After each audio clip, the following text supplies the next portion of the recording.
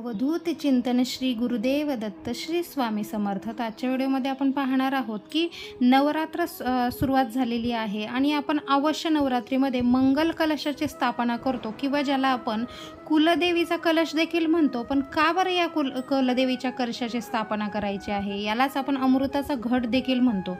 तर आपण जर आजपर्यंत मंगल कलश स्थापन केला नाही तर तो का करायचा याविषयीची माहिती आपण आजच्या व्हिडिओमध्ये पाहणार आहोत. तर नवीन असाल तर चॅनलला लाईक शेअर सबस्क्राईब करायला विसरू नका आणि अवश्य व्हिडिओ शेवटपर्यंत पहा.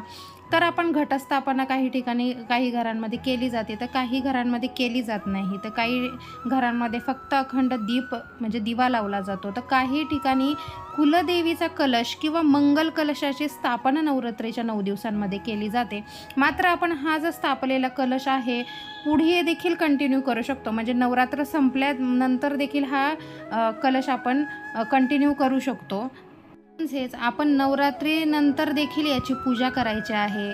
आणि कोणत्या तिथीला तर आपण शुक्रवारी मंगळवारी याची विशेष पूजा करायची आहे, नैवेद्य दाखवायचा आहे. त्याच्यानंतर याची जी पानं असतात जी आपण आंब्याची किंवा नागिनीची पानं या नारळाच्या खाली ठेवतो ती पाने आपण अवश्य पौर्णिमा, अमावस्या किंवा शुक्रवार, मंगळवार अशा दिवशी आपण बदलू शकतो.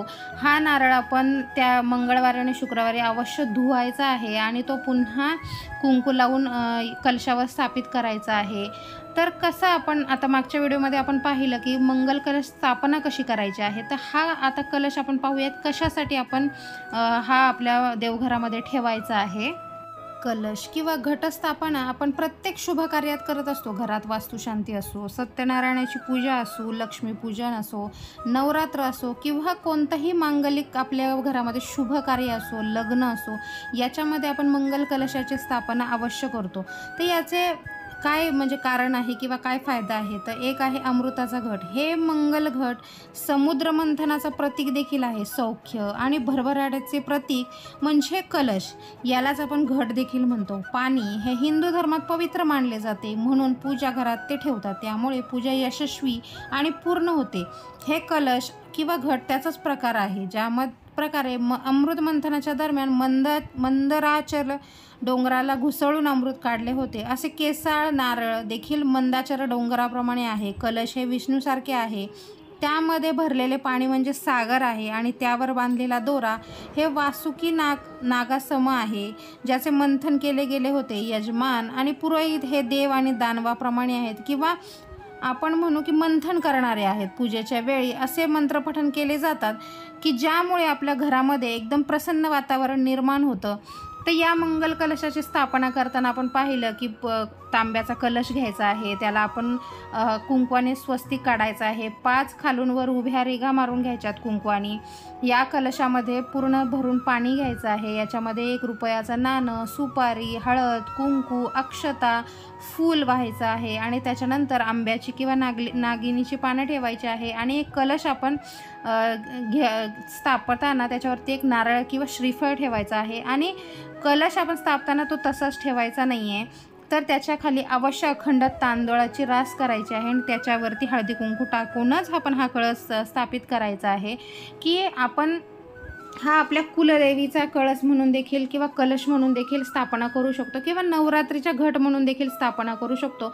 मात्र कायमस्वरूपी जर आपण हा मंगल कलश घरात ठेवला तर आपल्या घरामध्ये भरभराट येते, सुख शांती समृद्धी समाधान नांदते आणि आपल्याला कशाची कमतरता उरत नाही. देवी कलशाच्या स्वरूपात आपल्या घरामध्ये वास करत असते. तर त्यामुळे हा मंगल कलश आपण अवश्य आपल्या घरामध्ये स्थापन केला पाहिजे. आणि यालाच अमृत घट देखील म्हणतो किंवा अमृताचा घट देखील म्हटला जातो की कारण याचा संबंध आपण समुद्र मंथनाशी लावतो.